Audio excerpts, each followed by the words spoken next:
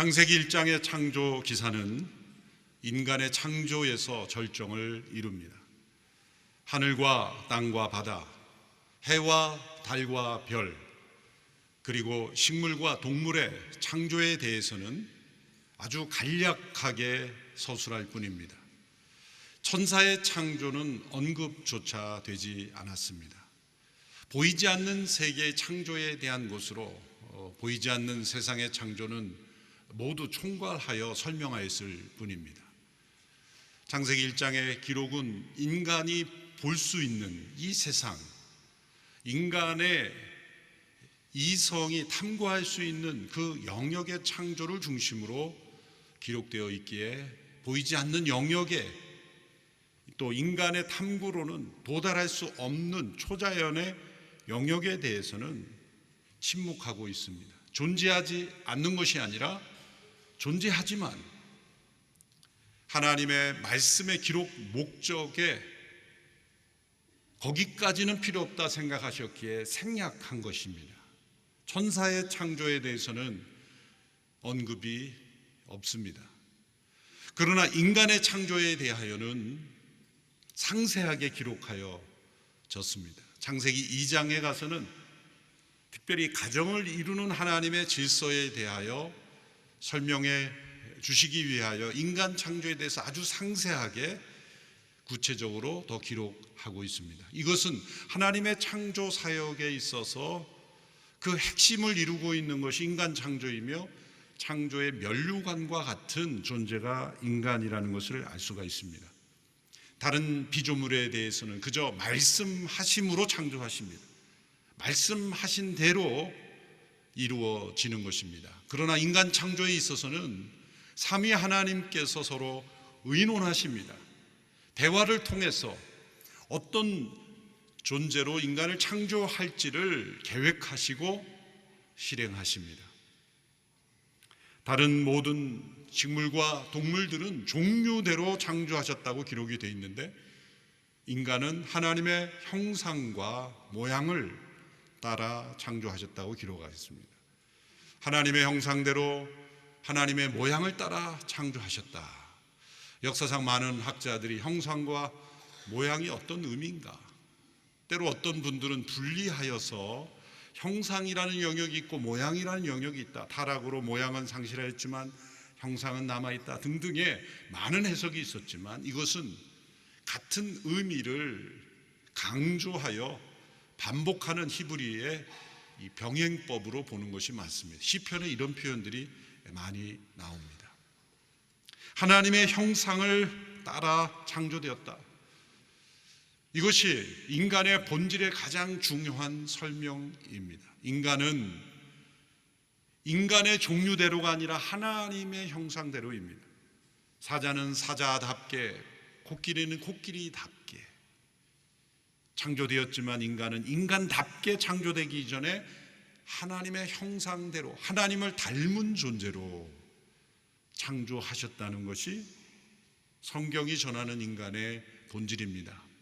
그러므로 인간은 시작부터, 처음부터 하나님의 형상대로 지음을 받았기에 오늘 우리가 경험하는 인간의 모든 활동들, 인간에게서 나타나는 특징들을 처음부터 가지고 있었던 존재입니다. 우리가 경험하는 이성과 감성과 의지라는 인격의 요소들, 또한 합리적으로 판단하려고 하는 것, 양심을 느끼는 것, 그리고 언어를 통하여 사상을 만들어가는 것, 또 도덕과 윤리의 체계를 세우고 나아가 법을 만드는 것, 결혼과 가정을 누리는 것, 또한 문화를 창조하고 또 그 모든 속에서 행복을 느끼는 것, 이 모든 것들이 다 처음부터 인간 안에 있었다는 겁니다. 왜 제가 처음부터라는 걸 강조하는 것일까요? 창조에 있어서 진화론자들은 인간마저 이 진화의 부산물로 보는 중요한 오류를 범하고 있기 때문입니다.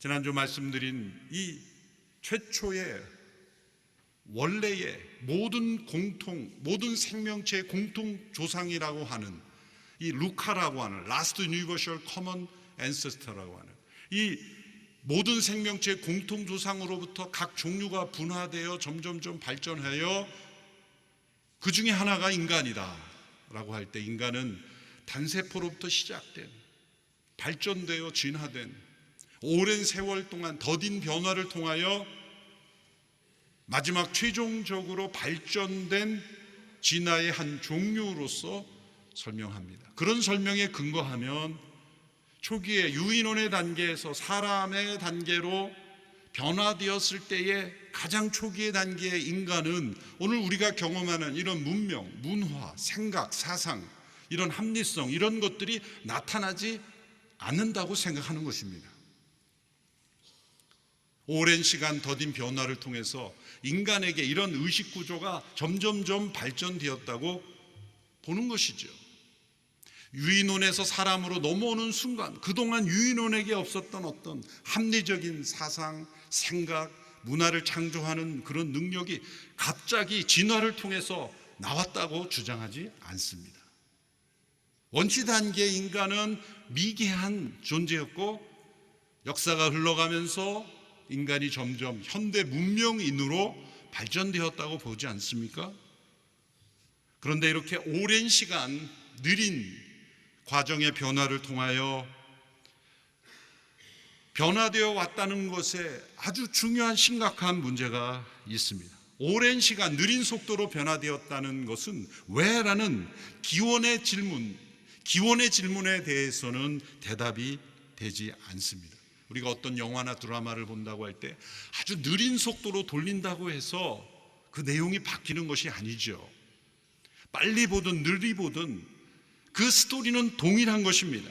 기적을 믿지 않는 사람에게는 기적이 빨리 일어났다고 하고 또 느리게 일어났다고 해도 믿지 않는 것은 마찬가지입니다. 기적을 믿는 사람은 기적이 빨리 일어났든 느리게 일어났든 기적을 믿는 것은 공통적인 동일한 것입니다. 씨앗이 심겨져서 썩어짐으로 거기에서 작은 씨앗 안에서 열매가 풍성히 맺어지는 것이 느린 시간을 통해서 이루어지니까 사람들은 자연이라고 말하지만 그 모든 과정을 필름으로 찍어서 빠르게 돌리면 엄청난 기적처럼 보이죠. 실상은 우리가 경험하는 자연의 모든 순리라고 하는 것도 놀라운 기적입니다. 생명의 신비, 이 피조물의 신비는 과학이 그 현상을 설명할 수 있어도 왜 그것이 어디서부터 왔는지는 설명할 수 없는 것입니다. 유명한 영국의 크리스천 문학가였던 C.S. 루이스, 나니아 연대기를 쓴 사람이죠. 또 동시대에 친구처럼 함께 우정을 나누었던 톨킨이라는 문학가, 반지의 제왕이라는 작품을 썼죠. 이 두 사람에게 가장 큰 영향력을 미쳤던 영국의 문학가이자 저널리스트가 있습니다. G.K. 체스터턴이라는 분이 있습니다. 이분이 쓴 책이 영원한 사람, The Everlasting Man이라는 책이 있습니다. 이것은 인류의 역사를 꿰뚫어 보는, 그러면서 예수 그리스도가 누구인지 소개하려는 그런 책이죠. 그런데 이 책을 시작하는 화두는 뭐냐면, 진화론자들이 말하는 선사시대, 유인원에서 사람의 단계로 변화된 직후의 선사시대의 사람들이 거주했을 때 주로 동굴에 거주했는데 동굴 속에서 그들이 남긴 흔적을 화두로 합니다. 선사시대 사람이 남겼던 흔적은 동굴의 벽화입니다. 그 동굴의 벽화에 나타난 흔적은 진화론자들의 모든 생각을 무너뜨리는 결정적인 증거라는 것이 이분의 주장입니다. 인터넷에서 선사시대 동굴 벽화 쳐보니까 많은 장면들이 나오는데요, 그중 두 가지만 제가 보여드리겠습니다.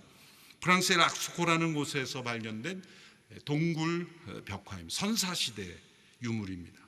또 스페인의 알타미라라는 지역에서 발견한 동굴 벽화입니다. 아무리 봐도 저는 그림을 공부해도 그릴 수 없는 완벽한 그림입니다. 조금 더 보여주시죠. 너무 빨리 그림을 감상할 시간을 안 주시고 이렇게. 네. 여러분, 이 그림이 미개인이 그린 그림이라고 보입니까? 원숭이에서 유인원으로, 유인원에서 바로 사람으로 넘어온 사람들이 유인원엔 상상하지 못했던 갑자기 이러한 예술적인 능력이 인간에게 진화를 통해서 나온 것일까요? 원숭이가 그림을 그리기 시작했고 인간이 마무리한 게 아닙니다. 원숭이는 그림을 서툴게 그렸는데 진화를 통해 사람은 더 영리하게 잘 그릴 수 있는 것이 아닙니다. 이런 표현의 예술이 원숭이가 시작하고 사람이 완성한 게 아닙니다. 원숭이는 그림을 절대 그리지 않습니다. 그리기를 시작하기조차 하지 않습니다. 유인호는 사슴을 유치하게 그렸고 사람이 더 완벽하게 그린 것이 아닙니다. 이것이 선사시대 그림이라는 것은 모든 사람들이, 진화론자들도 다 동의하는 바이라면 이 동굴의 벽화들은 무엇을 설명하는 것일까요? 유인원에서 방금 사람이 된 사람들은 미개한 사람들이 아니라 그들에게도 문명이 있었다는 겁니다. 제가 만일 최선을 다해서 그림을 그려놓고 먼 훗날 발견된다, 아마 초기 유인원의 그림이라고 사람들이 말할 거예요. 저는 아무리 노력해도 이런 그림을 그릴 수가 없습니다. 이것은 정도의 차이가 아니라 종류의 차이라는 것입니다. 당시의 사람들이 글로 기록을 남길 수 없는 문화가 없었기 때문에 기록이 남겨 있지 않아서 그 당시의 문화를 우리가 엿볼 수 있는 기록들이 없어서 우리는 오랜 시간 이전의 사람들은 미개인이요, 현대로 올수록 더 문명의 발달한 것으로 생각하며 미개인과 문명인으로 이 시간차를 설명하는 것이죠. 전형적인 진화론적 사고입니다. 그러나 이런 흔적들은 그 당시에도 문명인이 있었고 그 당시에도 미개인이 있었고 오늘날에도 문명인이 있고 오늘날에도 미개인이 있다는 겁니다. 그 당시에도 예술의 조예가 있던 사람이 있었고 예술의 조예가 없던 저와 같은 사람이 있었고 오늘날에도 예술의 조예가 있는 사람이 있고 저와 같이 예술의 조예가 없는 사람이 있다는 겁니다. 미개함과 문명은 항상 어떤 시기에든 공존하였던 것이요, 이것은 인간을 하나님의 형상대로 창조했지만 각기 재능과 은사를 다르게 부여하신 하나님께서 주신 차이이지 오랜 시간으로 변화된 것이 아닙니다. 초기의 사람들은 돌아다니는 유목민이었고 점차 정착하면서 문명을 이루어야 되겠다고 말하는데 그것도 잘못된 것이요, 초기에도 돌아다니는 유목민이 있었고 정착민이 있었고 오늘날에도 한 곳에 머물러 사는 사람이 있고 끊임없이 돌아다니는 유목민들이 있어요. 머물지 않고 끊임없이 여행해야만 되는 그런 성격적인 사람도 있는 것입니다. 고대 미개인 상태는 독재적인 그런 사회를 이루었다가 점차 역사 흘러가면서 민주사회가 된다고 말하지만 오히려 역사는 정반대처럼 보입니다. 초기가 더 민주적이고 공동체성이 있었고 세월이 흘러갈수록 이상하게 국가가 점점 독재자들에 의하여 그 힘을 독차지하는, 소수의 사람들이 힘을 독차지하는 역사를 보여주지 않습니까? 고대에도 독재자가 있었고 그리고 민주사회가 있었고 현대에도 독재사회가 있고 민주사회가 있습니다. 러시아나 북한이나 여러 나라들을 보십시오. 어떻게 저런 결정을, 그런 흐름을 갈 수 있는가? 상상할 수 없는 일들이 일어나지 않습니까?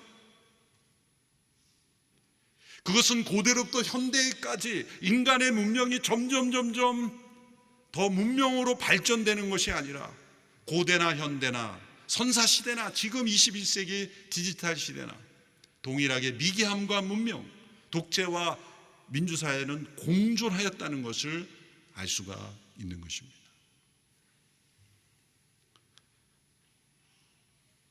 하나님께서 인간을 창조하시되 하나님의 형상대로 지으셨지만 죄로 말미암아 파괴된 인간 안에 이런 다양한 형태의 모습이 나타났을 뿐입니다. 하나님은 식물과 동물들을 각기 종류대로 창조하셨지만 그래서 하나님의 흔적이 남아있지만 우리 인간에게는 하나님의 형상으로 지음을 받았기에 타락한 우리들에게도 하나님의 형상이 여전히 남아 있습니다. 우리가 때로 인간의 본질에 대해서 혼돈하는 것은 타락이 주는 영향력을 과소평가하기 때문입니다. 또한 타락 이전에 인간의 상태가 얼마나 놀랍고 존귀한 상태였는가를 생각하지 않기 때문입니다. 창세기가 우리에게 주는 축복은 타락이 들어오기 이전에 인간의 하나님의 형상대로 지음받은 그 존재의 상태가 얼마나 놀라운 것이었는가, 그리고 타락으로 인하여 우리에게 미쳐진 파괴된 하나님의, 잃어버린 하나님의 모습이 얼마나 안타까운 일인가를 우리는 깨달아야 합니다. 그래서 청교도인 토마스 버스터는 천국을 보게 될 자들이 알아야 할, 반드시 알아야 될 네 가지 인간의 상태가 있다고 했습니다. 책 제목도 네 가지 인간의 상태라는 책에 네 가지를 정리한, 첫째, 인간이 창조될 때의 무죄의 상태, 곧 우리가 오늘 살펴보는 창세기 1장의 인간의 상태입니다. 둘째로, 창세기 3장 이후로 타락 이후에, 인간이 타락한 이후에 부패하여진, 전적으로 타락한 인간의 상태. 세 번째는 이제 예수 그리스도 안에서 새롭게 창조된 자가 거하는 은혜의 상태, 곧 우리가 경험하는 상태이죠. 그리고 네 번째, 모든 자를 심판하시는 분에 의해 거하게 될 영원한 상태, 우리가 아직 경험하지 못한 상태입니다. 우리는 이 창세기 말씀을 통하여 하나님이 창조하신 그대로 하나님의 형상대로 지음받았을 때 무죄의 상태를 1장을 통해 알아야 되고, 3장 이후에부터는 타락한, 전적으로 타락한 인간의 상태를 깨달아야 되고, 또 우리가 지금 예수 그리스도 안에서 경험하게 되는 이 회복된 하나님의 형상으로서의 은혜의 상태를 알아야 하고, 마지막에 우리가 도달하게 될 상태, 네 가지 상태를 우리는 분명하게 깨달아야 하는 것입니다. 오늘 1장에 나타난 하나님의 형상과 모양대로 지음받은 인간의 모습은 어떤 존재인가? 역사상 많은 해석과 묵상이 있었습니다. 때로 어떤 사람은 이러한 의미이다, 또 어떤 사람은 이런 의미이다, 어느 한 가지만을 가지고 설명하려 했지만, 제가 모든 것을 종합해 보면 이 모든 것이 다 포함되어 있다, 저는 그걸 7가지로 요약해 볼 수 있었습니다. 첫째로, 인간이 하나님의 형상대로 지음받았다는 것은 의존적인 존재라는 거예요. 다른 모든 생명체들은 하나님을 의존하지 않고 본능에 의존합니다. 본능에 충실한 인생을 삽니다. 생애를 살지만 인간만이 하나님을 의존하게 되어 있습니다. 우리 헬라어로 인류를, 우리 인류학을 엔스로폴로지라고 그러는데, 그 엔스로폴로지의 원래 그 인간할 때 엔트로포스라는 말을 써요. 엔트로포스라는 건 위를 바라보는 존재라는 거예요. 어쩌면 하나님이 인간을 창조하실 때 다른 피조물과 달리 처음부터 두 발로 서 있는 존재로 창조하신 것은 하늘을 바라보는, 보이는 하늘만이 아니라 하나님을 향하여 하나님을 의존하는 존재로 창조하셨기 때문이 아닌가 생각합니다. 우리 안에 하나님의 형상이 있다는 것은 우리가 하나님께 속한 존재이고, 그리고 우리의 행복은 하나님께 얼마나 의존하는가에 달려있다라는 것입니다. 두 번째, 하나님의 형상대로 지음받았다는 것은 창조적 존재로 지음받았다는 겁니다. 우리 자신이 하나님의 걸작품입니다. 인간 자체가 하나님의 걸작품인데, 인간은 놀랍게도 하나님의 창조성을 부여받았기에 걸작품들을 만들어낼 수 있는 능력을 부여받았습니다. 하나님처럼 무에서 유를 만들 수는 없습니다. 그러나 하나님이 창조하신 피조 세계를 동원하여 인간은 또 다른 창조를 할 수 있는 능력입니다. 얼마나 인간이 놀랍습니까? 과학은 아무것도 보이지 않는 이 대기만을 가지고도 새로운 일을 할 수 있지 않습니까? 아무것도 없는 것 같은 곳에도 새로운 것을 만들어내지 않습니까? 보이지 않는 전기를 이용해서 새로운 물건을 만들어내지 않습니까? 창조력입니다. 하나님의 형상대로 지음을 받은 인간만이 그 창조성의 일부를 부여받음으로 놀라운 창조를 할 수 있는 겁니다. 셋째로, 하나님의 형상대로 지음받았다는 것은 이성적인 존재라는 거죠. 기독교 역사에서 많은 분들이 가장 강력하게 주장하는 의미입니다. 하나님의 형상이란 무엇인가? 그것은 하나님이 생각하시고 계획하시고 실행하시고 또 나중에 평가까지 하시는 분인 것처럼 보시기에 좋았더라 라는 이 말씀을 평가죠. 하나님은 말씀대로 행하실 뿐만 아니라 평가하시는 하나님, 인간도 역시 생각하고 계획하고 결정하여 실행하여 평가하는 이성적 판단의 존재라는 겁니다. 그래서 파스칼은 방세에서 이렇게 말했죠. 인간은 다른 모든 피조물 가운데 가장 연약한 갈대와 같은 존재다. 그러나 인간은 생각하는 갈대이다. 인간의 존엄성은 얼마나 오래 살았느냐, 이 공간을 어떻게 채우느냐가 아니라 어떻게 생각하느냐에 달려있다. 생각해보면 다른 동물들의 새끼들은 이 동물에 관한 다큐멘터리를 보면 그냥 어미가 낳아놓으면 알아서 커요. 어미가 끌어안고 뭐 1년을 돌아다니고 이러지 않습니다. 스스로 다닐 때까지 품고 있지 않습니다. 그냥 낳은 순간 알아서 자립하는 거예요. 물론 새들처럼 이렇게 먹이를 가져다주고 그런 보호는 있지만 아기는 가장 연약해요.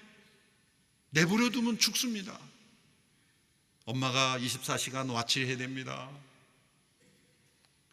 모든 것들을 돌봐줘야 되는 그 연약한 인간이지만, 그러나 인간은 생각하는 갈대이기에 시간이 흘러갈수록 그 인간은 그 존엄성이 드러나게 되는 것입니다.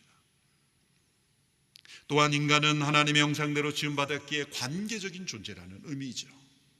오직 인간만이 하나님과 교제하며 교통하며 살 수 있게 되었다는 겁니다.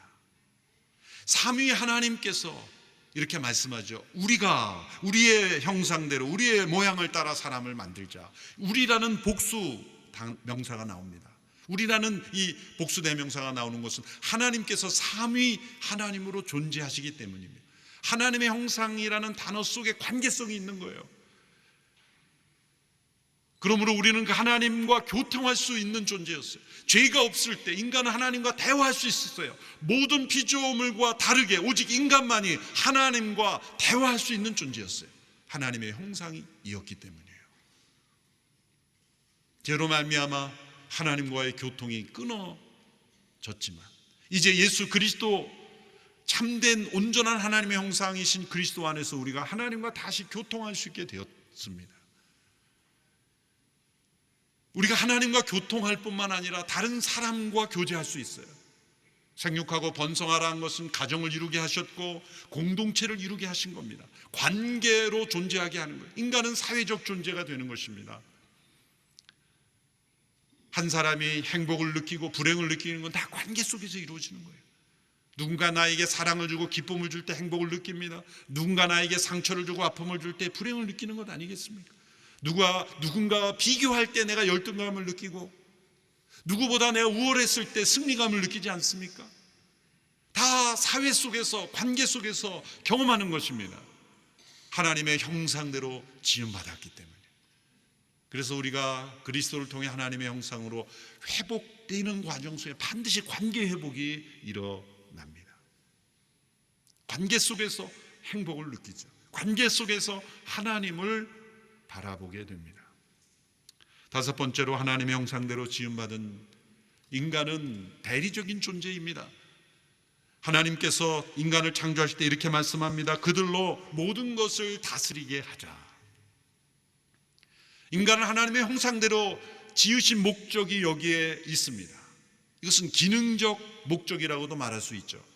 모든 피조물을 하나님이 직접 통치하시지 않고 인간을 통해서 통치하시기를 원하셨습니다. 하나님의 대리자입니다. 그래서 하나님의 형상입니다. 인간에게 이성적인, 창조적인, 관계적인 모든 요소들을 넣어주신 것은 이 하나님의 대리자로서 통치자의 사명을 감당하도록 하시기 위해서입니다. 생육하고 번성하여 땅에 충만하라 라는 것은 땅을 차지하게 서로 싸우라는 의미가 아니라 하나님의 뜻대로 이 세상을 통치하여 하나님의 무한한 창조성이 나타나게 하라. 결국 문화를 창조하라는 명령입니다. 그래서 신학자들은 이 명령을 문화 명령이다, 컬처럴 맨데이트라는 명칭을 붙이기도 하는 것입니다. 인간은 왜 문화를 창조합니까? 만물을 통치하는 대리자로 부름받았기 때문입니다. 또한 여섯 번째로 인간은 다른 피조물과 달리 도덕적 존재로 지음받았습니다. 전도서 7장 29절에 보면 하나님이 사람을 정직하게 지으셨다. 정직하게 지으셨다는 말의 본래의 뜻은 하나님의 뜻과 반대되는 거치는 것이 전혀 없다는 겁니다. 의로운 영혼으로 창조하셨다는 겁니다. 죄가 들어오기 전에, 인간이 자유의를 가지고 반역하기 이전에 하나님께서 정하신 말씀 그대로 행하는 존재로 지음받았다는 겁니다. 이것은 기계적인 존재라는 것이 아니죠. 죄가 없는 의로운 도덕적인 존재로 창조하셨기에 하나님의 뜻을 행할 수 있는 그러한 상태였다는 것을 의미합니다. 다른 어떤 존재와 다른 것이죠. 이 도덕적인 존재에서 실패하였기에 인간이 비참함을 느끼는 거예요. 인간이 좌절을 느끼는 겁니다. 슬픔을 느끼는 겁니다. 여러분, 다른 어떤 동물이, 예를 들어 저 사막에 이렇게 다니는 뱀이, 배로 기어다니는 뱀이 자신을 한탄합니까? 물론 뱀이 생각이 있는지 모르겠지만 나는 왜 뱀으로 태어나서 이렇게 뜨거운 모래만 다녀야 되나? 자신을 비관합니까? 돼지우리에 있는 돼지가 나는 왜 돼지로 태어나서 이렇게 돼지처럼 살아야 되나? 어떤 존재가 자신을 비관하여 눈물 흘리며 그 세계를 탈피하려고 노력할까요? 그런데 오직 인간만이 비참함을 느껴요. 나는 왜 이렇게 살아야 되나? 왜 깊은 우울증을 겪습니까? 파스칼의 팡세에 보면 파스칼이 이 문제를 깊이 고민했어요. 왜 인간은 비참함을 느끼는가? 결론은 인간이 하나님의 형상대로 너무나 고귀한 존재로, 도덕적인 존재로 지음받았기 때문에 타락으로 인해서, 타락을 폴이라고 그래, 떨어졌다는 거죠. 떨어진 상태에 있으니까 아픈 거예요. 원래 우리는 위에 속한 존재인데 떨어짐으로 인해서 비참함을 느끼고, 비참함을 느끼는 만큼 위대한 존재이고, 좌절을 느끼는 만큼 우리는 용기 있는 존재라는 거예요. 죄가 하나님의 형상을 파괴하였기 때문에 인간만이 그러한 것을 느끼는, 인간은 원래 도덕적으로 숭고한 존재라는 거죠. 마지막으로 하나님의 형상대로 지음받았다는 것은 모험적인 존재라는 의미입니다. 하나님께서 인간을 하나님의 형상으로 지으셨다는 것은 하나님의 모험입니다. 왜요? 그 안에는 완전한 자유의지를 주셨고 스스로 판단하고 결정하고 행할 수 있는 모든 능력을 주셨기 때문이죠. 거기에는 하나님께 도전하고 하나님과 경쟁하고 나아가 하나님처럼 되려는 그러한 반역까지 가능성을 허락하신 거예요. 하나님이 인간을 기계로 만들지 않았다는 증거입니다. 기계를 만드셨다면 배반할 이유가 없죠. 사람들이 반려동물을 많이 좋아하는 이유는 한편으로는 사람에게 상처를 많이 받아서이기도 한 것 같아요. 배반하지 않는 그냥 따라오기만 하는 거기. 그러나 인간은 따라오는 것 같은데 뒤통수를 치고 등에 칼을 꽂고 그러기에, 그러나 그 동물에게 없는 인간의 요소는 바로 자유의지. 하나님의 모험을 하나님이 하신 거죠. 그래서 인간은 모험적인 존재인 것입니다. 이 모험적인 요소가 있기 때문에 땅을 정복하고 충만하고 신대륙을 찾아 나서고 저 우주를 탐험할 수 있는 그러한 모험심이 있는 겁니다. 이 모든 것을 통하여 하나님은 하나님이 창조하신 모든 세계에 하나님의 영광이 나타나기를 원하신 거예요. 인간은 하나님 아래에만 있는 존재가 아니라 하나님 때문에, 그리고 하나님을 위해서만 존재하는 거예요. 그런데 이렇게 하나님이 우리를 도구로만 쓰기 위해서 피조물을 다스릴 종과 같은 존재로만 창조하셨을까요? 아닙니다. 만일 죄가 없는 상태의 인간이 이렇게 자신에게 준 이성, 창조적 능력, 관계의 소통의 능력, 그리고 이 모험적인 능력, 모든 것을 통하여 하나님의 영광을 위하여 살아갔을 때는 어떠한 상태를 경험하겠습니까? 그 나를 창조하신 하나님이 나를 얼마나 사랑하시는지, 나를 얼마나 소중히 여기시는지, 그리고 그 사랑을 느끼며 하나님을 사랑하고 하나님을 기뻐하는 인간이 되었을 겁니다. 근데 시편 139편에서 성령 충만한 시편 기자가 하나님의 창조를 묵상하며 이제 그리스도 안에서 회복된 하나님의 형상이었을 때 경험하는 이 창조주 하나님을 이렇게 고백합니다. 시편 139편 13절 2절의 일부를 제가 읽어보겠습니다. 주께서 내 내장을 지으시며 나의 모태에서 나를 만드셨나이다. 내가 주께 감사하면 나를 지으심이 기묘하심이라. 내가 은밀한 데서 지음을 받고 땅의 깊은 곳에서 기이하게 지음을 받은 때 나의 형체가 주의 앞에서 숨겨지지 못하였나이다. 내 형질이 이루어지기 전에 주의 눈이 보셨으며 하나님이여 주의 생각이 내게 어찌 그리 보배로우신지 구수가 어찌 그리 많은지요. 시편 기자는 무엇을 고백합니까? 나를 창조하신 하나님이 내 형체가 이루어지기도 전에 나의 형체를 아셨고 내가 태어나기 전에 내가 태어날 때를 아셨고 내 이름을 부르셨고 나의 재능을 아셨고 나를 향한 하나님의 생각이 보배로운 생각이 어찌 그리 많은지요. 우리가 창조주 하나님의 목적대로 그분과 교제하며 그분의 뜻대로 우리에게 주어진 모든 이성과 창조성과 모험심을 하나님의 영광을 위해 드려지도록 살아가도록 할 때 놀랍게도 나를 향한 하나님의 사랑이 얼마나 큰지를 날마다 체험하는 것입니다.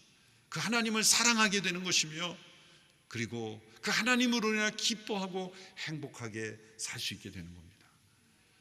창조주 하나님을 올바로 믿고 의지하는 것이 중요한 이유입니다. 이것이 가장 인간다운 삶이에요. 인간다운 삶은 하나님을 배격하고 인간끼리의 사회를 만드는 것이 아니라 우리를 향하여 이런 놀라운 보배로운 생각을 가지신 그 하나님을 바라보며 하나님과의 관계 속에서 그리스도 안에서 우리가 하나님께 나갈 때 우리는 인간이 스스로 만들어낼 수 없는 그 기쁨과 사랑과 축복을 날마다 경험하게 된다는 겁니다. 아까 우리가 함께 불렀던 찬양이 그런 내용을 고백하고 있어요. 우리 한동대학교 조준모 교수님께서 작곡하고 가사를 붙인 하나님은 나를 만드신 분. 오늘 이 찬양을 부를 때는 하나님은 너를 만드신 분을 나를로 다 바꿔서 한번 부르고 말씀을 맺기를 원합니다. 이 가사 속에 오늘 말씀 나를 하나님의 형상대로 지음받게 하신 하나님의 뜻이 담겨 있습니다. 우리 함께 이 찬양을 부르고 말씀을 맺겠습니다. 하나님은 나를 만드신 분. 우리 가슴에 손을 얹고 함께 찬양합니다. 하나님은 나를 만드신 분 나를 가장 많이 알고 계시며 하나님은 나를 만드신 분 나를 가장 깊이 이해하신단다. 하나님은 나를 지키시는 분 나를 절대 포기하지 않으며 하나님은 나를 지키시는 분 나를 쉬지 않고 지켜보신단다. 그의 생각 셀 수 없고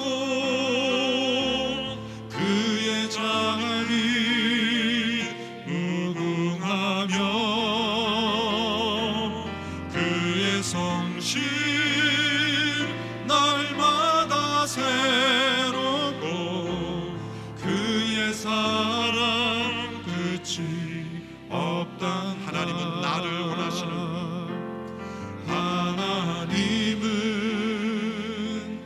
나를 원하시는 분 이 세상 그 무엇 그 누구보다 하나님은 나를 원하시는 분 나와 같이 있고 싶어 하신단다. 하나님은 나를 인도하는 분, 나를 인도하는 분, 광야에서도 폭풍 중에도 하나님은 나를 인도하는 분, 푸른 초장으로 인도하신단다. 그의 생각 셀 수 없고 그의 자비 무궁하며 그의 성실 날마다 새롭고 그의 사랑 끝이 우리 두 손 높이 들고 그의 생각 셀 수 없고 그의 생각 셀 수 없고 그의 자비 무궁하며 그의 성실 날마다 새롭고 그의 사랑 끝이 없단다. 끝이 없으신 하나님의 사랑으로 우리를 창조하심을 감사합니다. 그 누구도 아무 의미 없이 우연히 실수로 태어난 사람이 없음을 믿습니다. 나를 향한 보배로운 하나님의 생각, 나를 하나님의 형상대로 지으신 하나님의 높고 크신 뜻을 깨닫고 예수 그리스도 안에서 하나님을 아버지라 부를 수 있게 하셨으니 하나님의 형상을 온전히 회복해가는 저희들이 되게 하여 주옵소서. 동물처럼 살지 아니하고 동물보다 못한 존재로 무너져가는 인간 세계 속에 하나님의 형상이 얼마나 고귀한지를 보여주며 하나님의 영광을 나타내는 귀한 인생들로 살게 하여 주시옵소서. 예수님의 이름으로 기도하옵나이다.